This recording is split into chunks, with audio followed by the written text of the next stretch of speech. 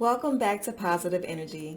I'm Nicole Robinson Gaines, and we are in day 9 of our Bible in 1 Year reading challenge. We've been following the Bible in 1 Year plan with Nicky Gumbel. You can find that at Bible.com on your computer or through the Holy Bible app on your cell phone or tablet.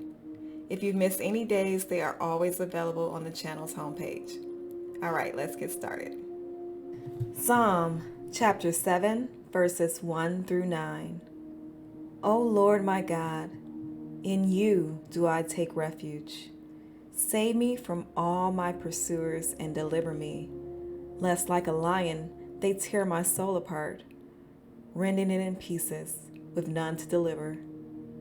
O Lord my God, if I have done this, if there is wrong in my hands, if I have repaid my friend with evil, or plundered my enemy without cause, let the enemy pursue my soul and overtake it, and let him trample my life to the ground, and lay my glory in the dust. Arise, O Lord, in your anger. Lift yourself up against the fury of my enemies. Awake for me. You have appointed a judgment. Let the assembly of the peoples be gathered about you. Over it return on high. The Lord judges the peoples. Judge me, O Lord, according to my righteousness, and according to the integrity that is in me. Oh, let the evil of the wicked come to an end, and may you establish the righteous. You who test the minds and hearts, O righteous God. Matthew chapter 7, verses 24 through 29. Everyone then who hears these words of mine and does them will be like a wise man who built his house on the rock. And the rain fell, and the floods came, and the winds blew and beat on that house, but it did not fall, because it had been founded on the rock. And everyone who hears these words of mine and does not do them will be like a foolish man who built his house on the sand. And the rain fell, and the floods came, and the winds blew and beat against that house, and it fell, and great was the fall of it. And when Jesus finished these sayings, the crowds were astonished at his teaching, for he was teaching them as one who had authority, and not as the scribes. Matthew chapter 8, verses 1 through 22. When he came down from the mountain, great crowds followed him. And behold, a leper came to him, and knelt before him, saying, Lord, if you will, you can make me clean. And Jesus stretched out his hand and touched him, saying, I will, be clean. And immediately his leprosy was cleansed. And Jesus said to him, See that you say nothing to anyone, but go, show yourself to the priests, and offer the gift that Moses commanded, for a proof to them. When he had entered Capernaum, a centurion came forward to him, appealing to him, Lord, my servant is lying paralyzed at home, suffering terribly. And he said to him, I will come and heal him. But the centurion replied, Lord, I am not worthy to have you come under my roof, but only say the word, and my servant will be healed. For I, too, am a man under authority, with soldiers under me. And I say to one, Go, and he goes, and to another, Come, and he comes. And to my servant, Do this, and he does it. When Jesus heard this, he marveled and said to those who followed him, Truly I tell you, with no one in Israel have I found such faith. I tell you, many will come from the east and west and recline at the table with Abraham, Isaac, and Jacob in the kingdom of heaven, while the sons of the kingdom will be thrown into the outer darkness. In that place there will be weeping and gnashing of teeth. And to the centurion Jesus said, Go, let it be done for you as you have believed. And the servant was healed at that very moment. And when Jesus entered Peter's house, he saw his mother-in-law lying sick with a fever. He touched her hand, and the fever left her, and she rose and began to serve him. That evening they brought to him many who were oppressed by demons, and he cast out the spirits with a word and healed all who were sick. This was to fulfill what was spoken by the prophet Isaiah. He took our illnesses and bore our diseases. Now, when Jesus saw a crowd around him, he gave orders to go over to the other side. And a scribe came up and said to him, "Teacher, I will follow you wherever you go." And Jesus said to him, "Foxes have holes, and birds of the air have nests, but the Son of Man has nowhere to lay his head." Another of the disciples said to him, "Lord, let me first go and bury my father." And Jesus said to him, "Follow me and leave the dead to bury their own dead." Genesis chapter 19. The two angels came to Sodom in the evening, and Lot was sitting in the gate of Sodom. When Lot saw them, he rose to meet them, and bowed himself with his face to the earth, and said, "My lords, please turn aside to your servant's house, and spend the night, and wash your feet. Then you may rise up early and go on your way." They said, "No, we will spend the night in the town square." But he pressed them strongly, so they turned aside to him and entered his house. And he made them a feast and baked unleavened bread, and they ate. But before they lay down, the men of the city, the men of Sodom, both young and old, and all the people to the last man, surrounded the house.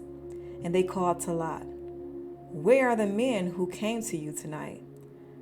Bring them out to us, that we may know them." Lot went out to the men at the entrance, shut the door after him, and said, "I beg you, my brothers, do not act so wickedly. Behold, I have 2 daughters who have not known any man. Let me bring them out to you, and do to them as you please. Only do nothing to these men, for they have come under the shelter of my roof." But they said, "Stand back." And they said, "This fellow came to sojourn, and he has become the judge. Now we will deal worse with you than with them." Then they pressed hard against the man Lot, and drew near to break the door down. But the men reached out their hands, and brought Lot into the house with them, and shut the door. And they struck with blindness the men who were at the entrance of the house, both small and great, so that they wore themselves out groping for the door. Then the men said to Lot, "Have you anyone else here? Sons-in-law, daughters, sons, or anyone you have in the city? Bring them out of the place, for we are about to destroy this place, because the outcry against his people has become great before the Lord, and the Lord has sent us to destroy it." So Lot went out and said to his sons-in-law, who were married to his daughters, "Up, get out of this place, for the Lord is about to destroy this city." But he seemed to his sons-in-law to be jesting. As the morning dawned, the angels urged Lot, saying, "Up, take your wife and your 2 daughters who are here, lest you be swept away in the punishment of the city." But he lingered. So the men seized him and his wife and his 2 daughters by the hand, the Lord being merciful to him, and they brought him out and set him outside the city. And as they brought them out, one said, "Escape for your life. Do not look back or stop anywhere in the valley. Escape to the hills, lest you be swept away." And Lot said to them, "Oh no, my lords. Behold, your servant has found favor in your sight, and you have shown me great kindness in saving my life. But I cannot escape to the hills, lest the disaster overtake me and I die. Behold, the city is near enough to flee to, and it is a little one. Let me escape there. Is it not a little one? And my life will be saved." He said to him, "Behold, I grant you this favor also, that I will not overthrow the city of which you have spoken. Escape there quickly, for I can do nothing till you arrive there." Therefore the name of the city was called Zoar. The sun had risen on the earth when Lot came to Zoar. Then the Lord rained on Sodom and Gomorrah sulfur and fire from the Lord out of heaven. And he overthrew those cities and all the valley and all the inhabitants of the cities and what grew on the ground. But Lot's wife behind him looked back, and she became a pillar of salt.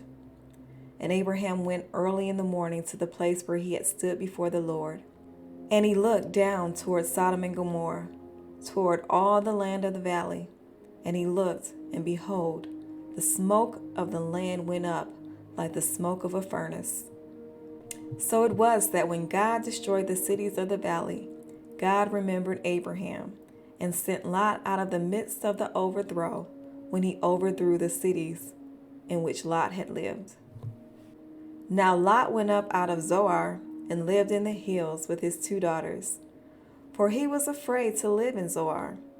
So he lived in a cave with his 2 daughters. And the firstborn said to the younger, Our father is old, and there is not a man on earth to come into us after the manner of all the earth. Come, let us make our father drink wine, and we will lie with him, that we may preserve offspring from our father. So they made their father drink wine that night, and the firstborn went in and lay with the father. He did not know when she lay down or when she arose. The next day the firstborn said to the younger, Behold, I lay last night with my father. Let us make him drink wine tonight also.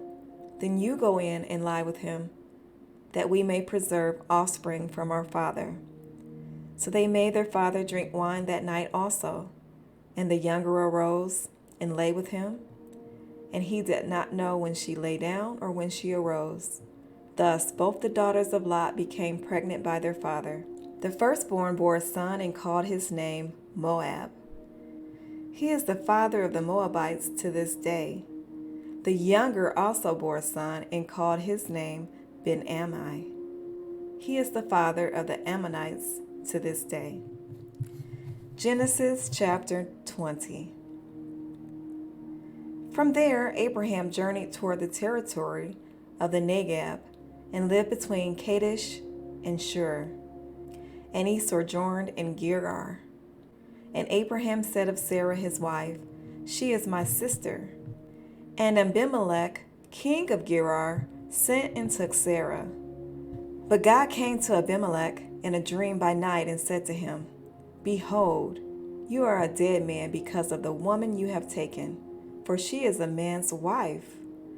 Now Abimelech had not approached her. So he said, Lord, will you kill an innocent people? Did he not himself say to me, She is my sister? And she herself said, He is my brother? In the integrity of my heart and the innocence of my hands I have done this. Then God said to him in the dream, Yes, I know that you have done this in the integrity of your heart, and it was I who kept you from sinning against me. Therefore I did not let you touch her. Now then return the man's wife, for he is a prophet, so that he will pray for you and you shall live. But if you do not return her, know that you shall surely die, you and all who are yours. So Abimelech rose early in the morning and called all his servants and told them all these things. And the men were very much afraid. Then Abimelech called Abraham and said to him, What have you done to us? And how have I sinned against you, that you have brought on me and my kingdom a great sin? You have done to me things that ought not to be done. And Abimelech said to Abraham, What did you see that you did this thing? Abraham said, I did it because I thought, There is no fear of God at all in this place, and they will kill me because of my wife. Besides, she is indeed my sister, the daughter of my father, though not the daughter of my mother, and she became my wife. And when God caused me to wander from my father's house, I said to her, This is the kindness you must do to me. At every place to which we come, say of me, He is my brother. Then Abimelech took sheep and oxen and male servants and female servants and gave them to Abraham, and returned Sarah his wife to him. And Abimelech said, Behold, my land is before you. Dwell where it pleases you. To Sarah he said, Behold, I have given your brother 1,000 pieces of silver. It is a sign of your innocence in the eyes of all who are with you, and before everyone you are vindicated." Then Abraham prayed to God, and God healed Abimelech, and also healed his wife and female slaves, so that they bore children. For the Lord had closed all the wombs of the house of Abimelech because of Sarah, Abraham's wife. That is our Bible reading for today. Be sure to mark your progress on the lesson plan and read today's devotional. The devotional will help you understand more of what we just read. Thanks for reading with me, and I'll see you tomorrow. Have a blessed day.